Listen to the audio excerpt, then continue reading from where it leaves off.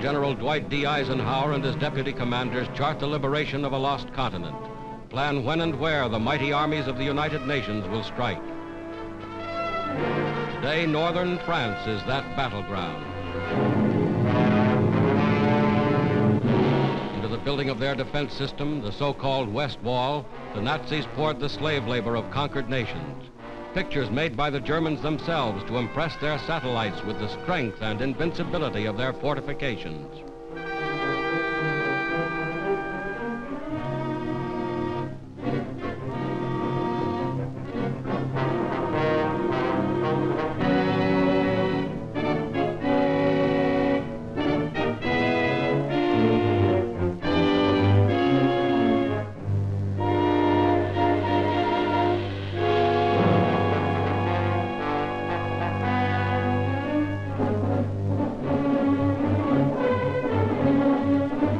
Within steel and concrete emplacements, 4 years in the making, the Germans have amassed every known weapon of defense.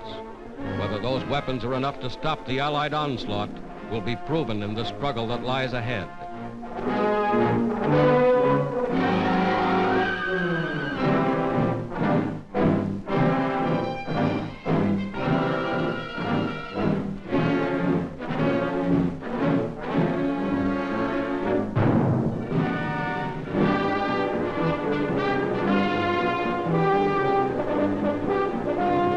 Here is the other side of the channel, Britain, an armed camp bristling with tanks and trucks and guns from the United States and Canada. Here is the fruition of 4 years of planning and production. Here is a glimpse of England as the Allied armies awaited D-Day.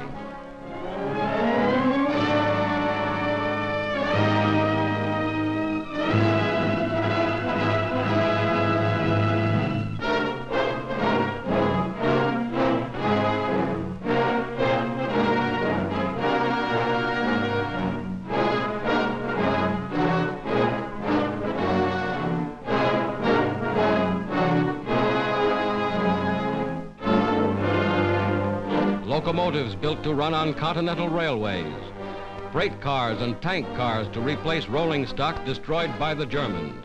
All this and more is included in the gigantic preparation for invasion. Here is something of the gigantic naval armada assembled to transport the Allied armies across the English Channel.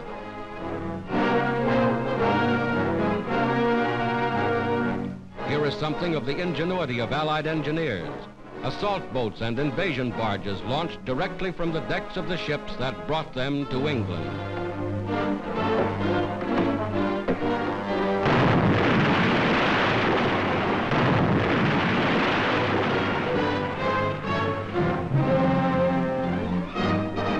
Week after week, the fleet grew in numbers. Steel ships of every description, ships expressly designed and constructed for the mission upon which soon they were to embark.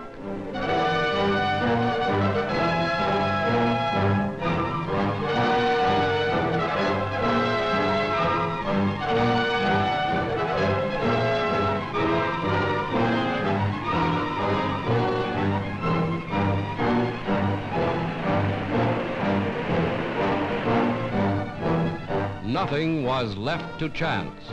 Every loading operation was rehearsed and timed in advance. Every soldier knew his station. Every man knew just where he was to fit into the gigantic pattern. Daily they boarded their ships. For all they knew, they were bound for France or Belgium or wherever their commanders had decided to strike. Every jeep, every tank, every piece of mobile equipment was assigned its place in the grand strategy of attack.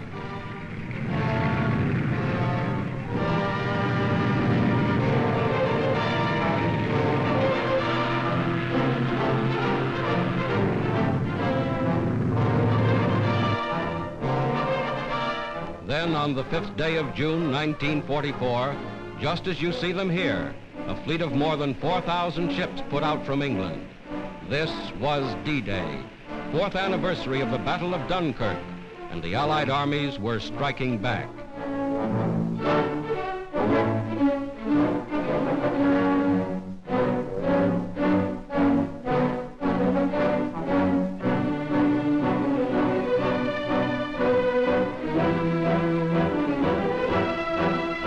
The great fleet was underway.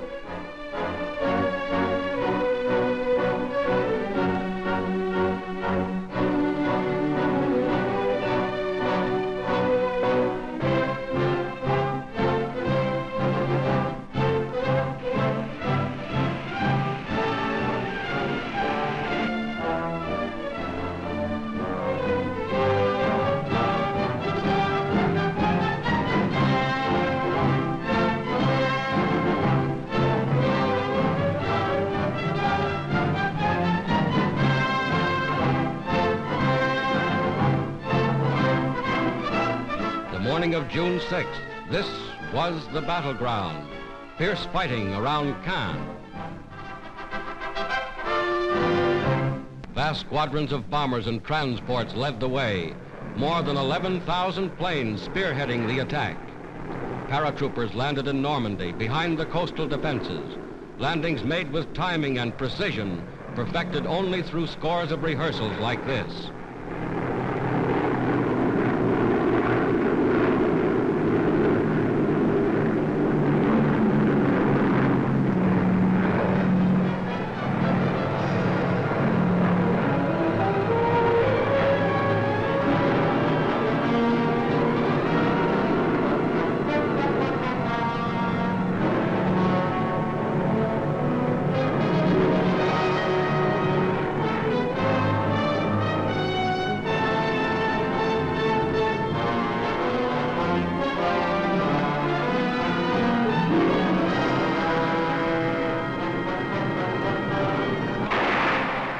Barges approached shore ready for instant action, some bearing artillery and rocket guns already opening fire.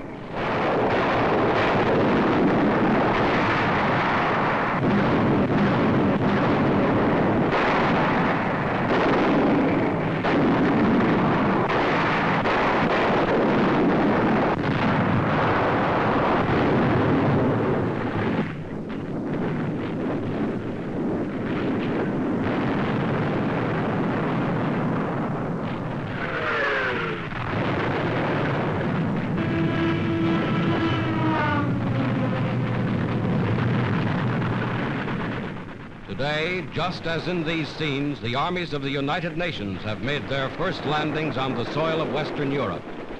Another of the great decisive battles of world history has been joined.